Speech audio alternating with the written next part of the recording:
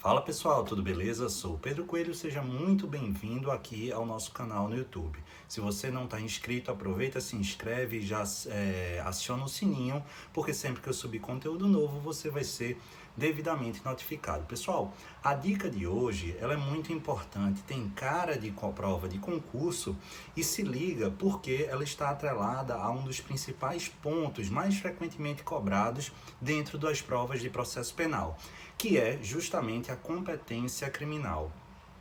A teoria do esboço do resultado, ela se vincula à definição de competência ratione loci, a competência em razão do lugar ou a competência territorial. Você deve saber, e se não sabe não tem problema, que o principal critério para estabelecer a competência territorial no processo penal são as chamadas teorias territoriais. E a principal dela, ou seja, aquela adotada como regra pelo nosso sistema processual penal, é a chamada teoria do resultado ou teoria da consumação, estampada lá no caput do artigo 70 do CPP, do Código de Processo Penal. Segundo essa teoria, a competência territorial vai ser definida pelo local da consumação do delito. Ou seja, se eu tenho um delito consumado, eu preciso olhar para onde é que houve essa consumação, onde é que essa consumação se materializou, para a partir daí definir a competência territorial. Só que essa, pessoal, é a regra dentro do sistema. E toda vez que eu falo em regra, naturalmente há exceções. Há outras duas teorias, além da teoria do resultado ou da consumação, que explicam e têm aplicabilidade no direito processual pátrio. São elas as teorias da atividade e a teoria da ubiquidade. Eu quero me concentrar rapidamente nessa segunda teoria, a teoria da atividade. Ela é prevista, por exemplo, na Lei dos Juizados Especiais. As infrações de menor potencial ofensivo, consoante reza o artigo 63 da Lei 9099 de 95, ela estabelece que a competência territorial vai se pautar não pelo resultado, pela consumação dessas infrações, mas sim pelos atos executórios. Então, diferentemente dos crimes comuns, a infração de menor potencial ofensivo tem sua competência territorialmente definida a partir da atividade, dos atos executórios e não pela consumação propriamente dita. Beleza? Tranquilo. Até aí, Pedro, o que é que isso tem a ver com a chamada teoria do esboço do resultado?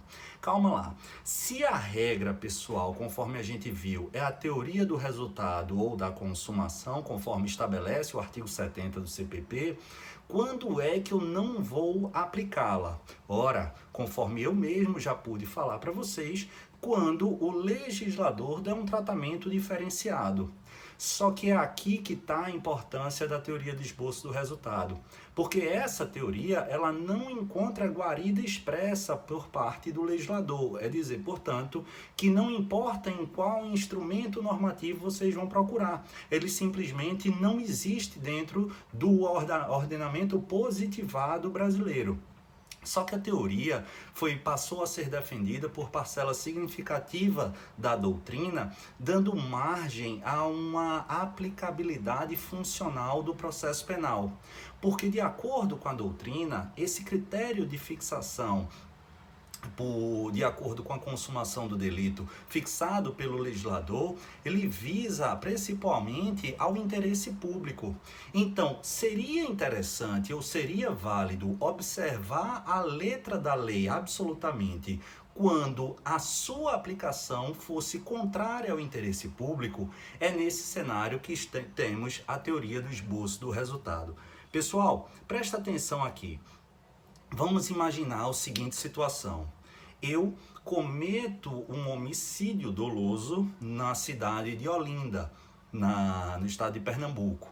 Só que a minha vítima, ela não morre na hora, no exato momento. E o que é que acontece?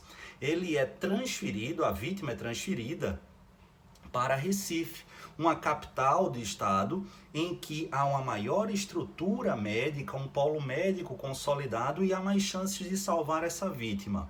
Essa vítima passa 2 dias internada na UTI e, ao fim dessas 48 horas, ela vem a falecer. Perceba aqui que, se eu aplicar a teoria da consumação, o crime de homicídio ele foi praticado em Olinda, mas houve o falecimento e, portanto, a consumação em Recife. Por essa regra, o tribunal do júri a ser realizado deveria sê-lo em Recife. Só que faz sentido isso? E aí a doutrina passou a dizer que não.